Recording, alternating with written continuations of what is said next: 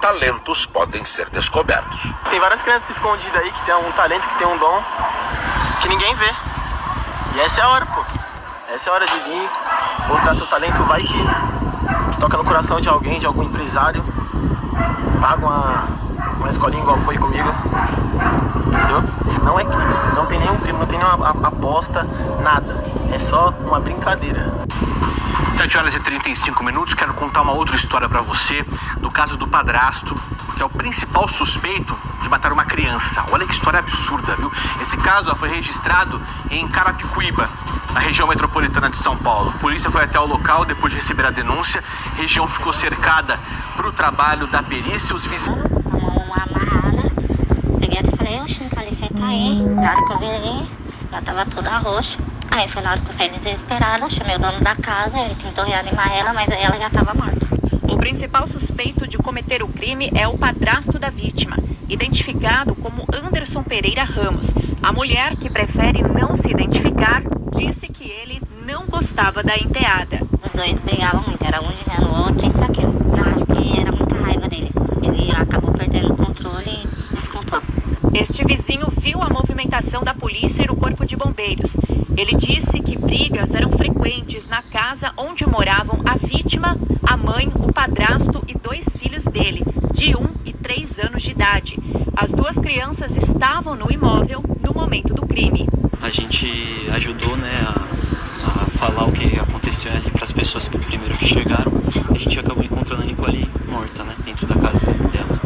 Segundo a vizinhança, a mãe da vítima estava trabalhando no momento do crime. Ela foi levada para o 1º Distrito Policial de Carapicuíba para prestar depoimento. Vizinhos disseram ainda que o suspeito é usuário de drogas e já tem passagem pela polícia por homicídio. Abalada, a mãe da adolescente não quis gravar entrevista aqui na delegacia, mas ela disse que está casada com... A visibilidade dos aviões, dos pilotos dos aviões, por isso que é importante fazer o controle aéreo e por isso os voos foram cancelados ali na região. E na Espanha os incêndios florestais também têm causado bastante pânico. Os bombeiros estão trabalhando para tentar conter as chamas. Olha só, segundo as autoridades espanholas, já destruíram mais de 2.500 hectares de pastagens e áreas agroflorestais. Isso equivale mais ou menos a 700 campos de futebol. É muita coisa, hein? Dezenas de pessoas tiveram que ser retiradas de casa e um centro esportivo, inclusive, foi preparado para abrigar essas pessoas. Olha só as imagens aéreas mostrando o avanço dessas queimadas e toda a área sendo destruída. Os moradores de Madrid disseram que o dia praticamente virou noite por conta da fumaça das queimadas. Tem mais, um veículo invadiu uma calçada e atropelou uma multidão nos Estados Unidos. Olha só, as equipes de resgate e atendimento das pessoas que foram ali vitimadas. Elas inclusive aguardavam para entrar numa balada quando foram atingidas. Segundo o Corpo de Bombeiros de Los Angeles, mais de 20 pessoas ficaram feridas, 10 delas inclusive em estado grave. Que coisa absurda, hein? Ainda não se sabe exatamente quem era o condutor e qual a motivação desse atropelamento. Ao que tudo indica, segundo testemunhas, tiros foram ouvidos no momento desse acidente. São informações bem importantes que agora a polícia, então, faz toda a verificação. As autoridades locais dos Estados Unidos cruzam as informações com imagens de câmeras de segurança, depoimento por parte das vítimas e também de testemunhas para tentar entender o que de fato aconteceu. Bom, de volta ao Brasil, mais uma pessoa foi presa por atacar ônibus aqui em São Paulo. Que situação complicada, hein? Todo dia a gente traz informações aqui para vocês dos ataques aos coletivos. Olha só, dessa vez aqui, no para-brisa de um veículo, o que torna o cenário ainda mais perigoso. Pelo menos 10 suspeitos já foram detidos. E para complementar a informação, só para a gente ter uma ideia, desde 12 de junho, quando isso começou, mais de 800 coletivos foram alvos aí de ataques. Cadê Isabela Sabérico, que está pelas ruas de São Paulo todos os dias? Conversa comigo agora, até porque, Isa, a gente tem noticiado isso para o Brasil inteiro. É uma insegurança danada para quem dirige os ônibus, para os cobradores e principalmente para os passageiros. Todo mundo com medo de ser a próxima vítima. Exatamente, Casagrande. Desta vez, o homem preso tem 29 anos e, segundo a Guarda Civil Municipal, ele já tem passagem pela polícia por crimes como roubo e furto. A Polícia Militar, Casagrande, informou que ele estava com bilhete único, não conseguiu passar na catraca, ficou revoltado e teve essa atitude. Em relação ao ônibus, a gente consegue observar nas imagens que principalmente o para-brisa do veículo ficou danificado e, por sorte, ninguém se feriu. Ele foi preso, então, em flagrante na zona sul da capital paulista, e a Secretaria de Segurança Pública e também a SP Trans informaram que até então 10 suspeitos foram detidos. E se a gente olhar só o recorte aqui da capital paulista, nesse período de 12 de junho até hoje, ou seja, pouco mais de um mês, foram mais de 500 ataques a ônibus registrados em todas as regiões. E aí, se a gente leva em consideração a Grande São Paulo e as cidades da região metropolitana, são mais de 800 registros. Pessoas como uma criança de 10 anos ficaram feridas por causa desses ataques. A SP Trans também informou que está trabalhando para investigar os responsáveis por esse ato criminoso. A prefeitura também adotando medidas para isso e as empresas que operam o coletivo também. Até uma operação está sendo feita por parte da Polícia Militar para tentar inibir esses ataques. E como você disse, Casagrande, quem sofre? A população, principalmente, também os funcionários, como o motorista do ônibus que conversou com a gente. Vamos ver. Foi forte, porque ele jogou a pedra com muita força e deu um barulho muito grande no para-brisa do ônibus. Eu passo que está legal mesmo. É difícil porque, olha, é uma situação que está ficando bem difícil para todos nós mesmos. Isso aí. Tomara a Deus que isso se resolva para acabar com isso, porque, olha, tá ruim, dá um baixo isso aqui, tá aumentando isso aí ninguém merece. Elisa, vou colocar o delegado Palumbo aqui no nosso papo, até porque, Palumbo, no primeiro momento no passado, o medo dos funcionários era justamente de ser vítima de assalto, agora o medo é de ataque e depredação, como a gente tem acompanhado. Como disse o motorista, ninguém merece, a população de São Paulo, paulistano, não merece isso. Quem mora nas cidades vizinhas também. É pobre que está sendo atingido, é o trabalhador, é o motorista, é o cobrador, aquela pessoa que acorda 4 horas da manhã e agora fica com medo, além dos assaltos que acontecem no ponto de ônibus, com medo de tomar uma pedrada na cabeça. Uma criança já foi atingida, outros já foram lesionados, a polícia tem que agir mais rápido. Neste caso, ele não conseguiu entrar no ônibus, foi lá e deu uma pedrada que, se acertasse na cabeça do motorista, poderia lesionar um homem com passagens criminais, deveria ficar preso, mas a pena do crime de dano, Marcelo, é desse tamanhozinho, não dá absolutamente nada, provavelmente assinou um termo circunstanciado e já foi pra rua. Agora, a polícia tem que aprender o celular dessas pessoas e investigar se isso está sendo orquestrado ou se são aquelas pessoas que estão vendo aí e resolveram fazer a mesma coisa. Agora, a bolinha de gude, ela pode matar uma pessoa. Ela tem a velocidade, muitas das vezes, de um disparo de arma de fogo de um calibre menor. Mas se for, por exemplo, atacado com estilingue, pode matar. Tá certo, Palumbo. Obrigado, viu, Isa, pelas informações. Qualquer novidade, chama a gente. Quero mostrar agora pra você de casa uma polêmica que tá dando o que falar, viu? Olha só essas imagens, ó, tá rolando boxe de rua. Olha, é um assunto que tá repercutindo bastante, porque é uma prática que virou febre em muitas praças e quadras, principalmente aqui na Grande São Paulo. A história é a seguinte: adolescente vai pra rua e até criança no meio. Eles vão lutar, colocam ali as luvas, vão para esses ringues improvisados e tem a pancadaria. Os organizadores de 43 minutos, a Polícia Federal prendeu um homem enviando dinheiro falso pelo correio, viu? Foram encontradas com ele 81 cédulas, totalizando 80 mil reais. Olha só, tinha bastante dinheiro.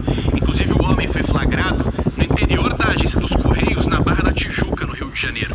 Ele estava postando, então, essas notas que eu disse para vocês, 81 no total, encomendadas para diferentes cidades aqui do Brasil. As notas falsas eram de 20, de 50, nota de 100 e também tinha a nota de R$200, como a gente mostra para vocês aí nessas imagens, de toda a contagem e a forma como escondia, ó, mandando no meio de caça-palavras, enfim, de várias formas para tentar despistar a verificação da polícia.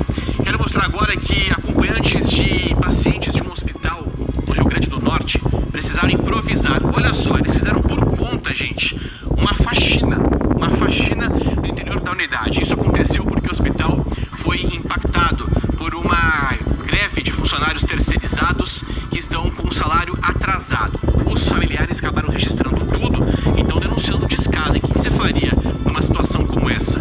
Em nota, a Secretaria de Saúde do Estado informou que já realizou o repasse às empresas para que os serviços sejam retomados, mas mostra, realmente a situação delicada em várias partes do país quando o assunto é o atendimento público de saúde. Deveria ser muito melhor. Muitas das vezes, por má gestão, por situações complicadas, a gente vê cenários como esse aí, que são terríveis, mas infelizmente é a realidade do nosso Brasil. Quero agradecer a sua parceria, a sua confiança em mais uma edição do nosso SBT Notícias. Obrigado ao delegado Palumbo que ficou comigo em mais uma edição. Lembrando que outras informações no nosso portal sbtnews.com.br. Está chegando o SBT Brasil com a Lívia Zanolini. Excelente domingo para você. Saúde e paz, Brasil.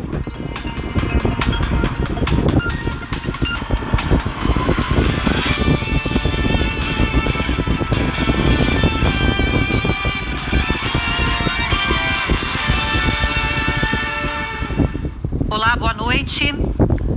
O SBT Brasil começa falando mais uma vez que a Justiça de São Paulo apontou que os 2 policiais da rota acusados de envolvimento na morte do policial civil Rafael Moura participaram recentemente de uma outra ação que terminou em morte. Os 2 agentes estão afastados das funções e respondem em liberdade. Rodando no dedo a aliança do marido morto, a viúva do policial civil alvejado por um sargento da rota relembra o bom astral do marido e sua luta pela vida. Foram quase 6 dias lutando, como a gente lutava pela vida dele.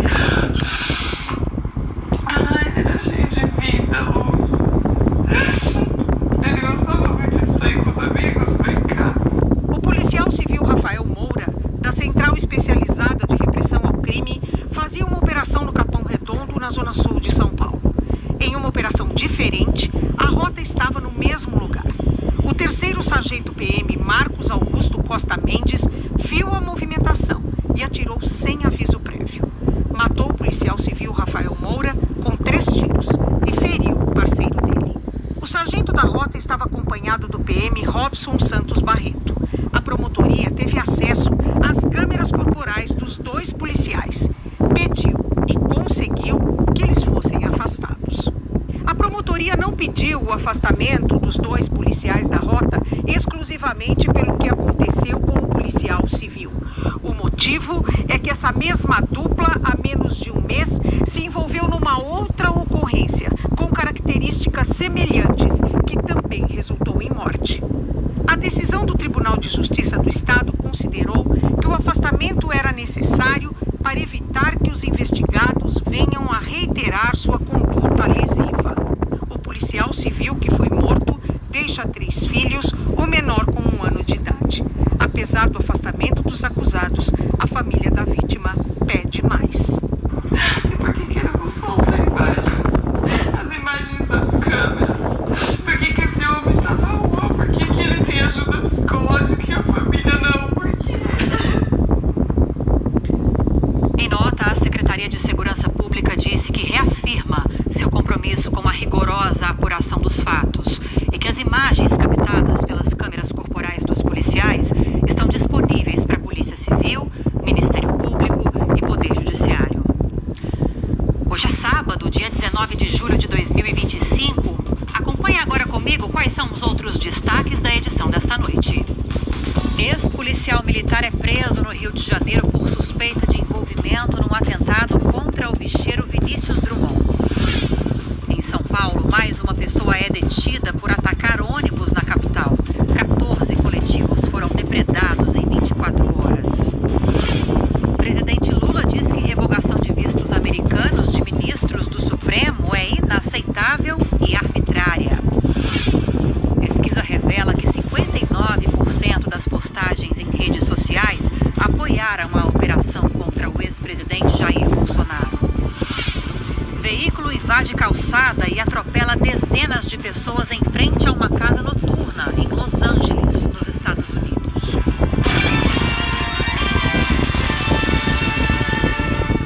Vamos seguir falando agora sobre o combate à criminalidade no Rio de Janeiro. A polícia prendeu hoje um ex-policial militar